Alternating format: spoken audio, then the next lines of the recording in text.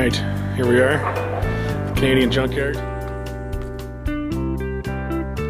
Okay, pro tip here.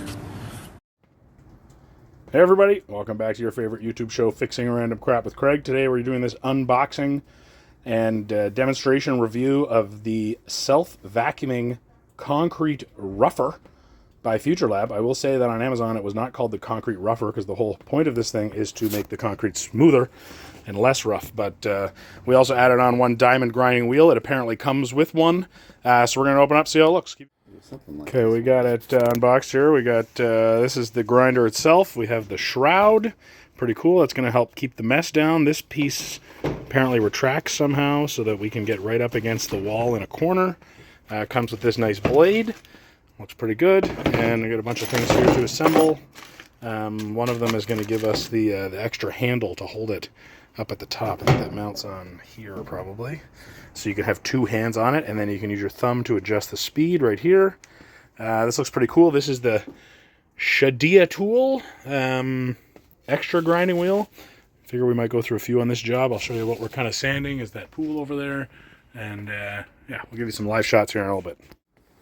All right, folks, here we are. So we've got the blade on the bottom, and you need this fancy tool to tighten it up. However, you need a way to stop it from spinning. And a lot of tools have a little button that you would press here or something to hold it and stop it from spinning. But this rig comes with this little thing here. And we were like, okay, we tried to get it on without the shroud and it was fine. But then with the shroud, we're like, how are we going to get this thing in here? Like, what are we going to do? The trick is this. Oh, baby. So now, with the shroud off, we can get this right in there. I realize the video is not great at that, but that should allow us to tighten it up. Okay, so you see we're doing a little adjusting here. There is a funny like square kind of nut there that we got. Yeah, that's perfect. We see it there. And they send this screwdriver. I wasn't sure what that part was. Turns out it's the top of the screwdriver. And you want to make sure that you have this shop vac exit port pointed away a little bit. We had it jammed up a little too much, so we're moving it that way. We're going to put our shroud back on, the front shroud cover. And this bad boy's ready for a test. There's a few other pieces here. This, I think, is for connecting the shop vac.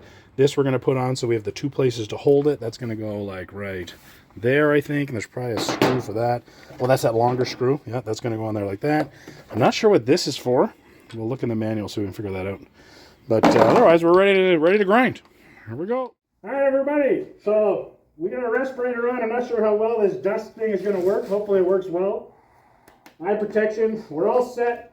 We got the blade tightened. We're connected to the shop vac, which I'm going to turn on. We made sure we have power. This looks pretty good. There's a lot of air coming out of it. I think that's just from the motor. So hopefully the shroud works. Here we go.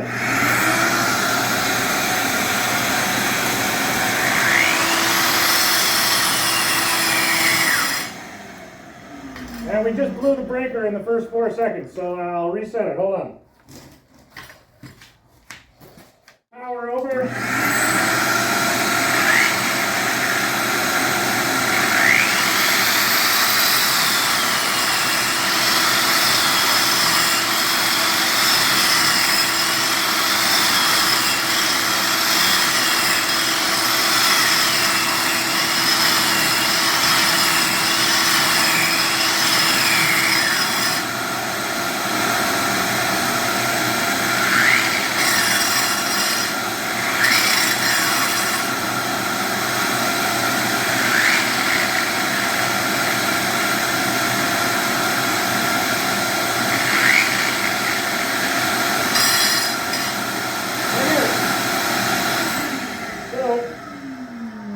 It seems to be cutting out when I get it on max. Like it's sanding reasonably well, I would say.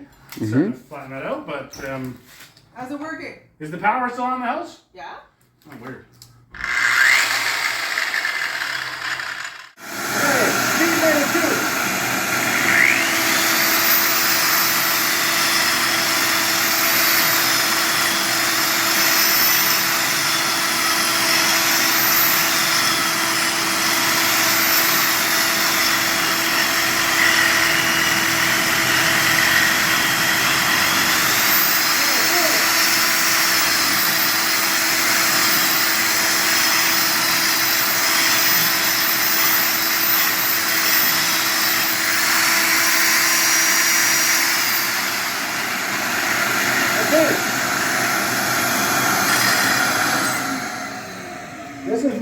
practicing here and not in the pool.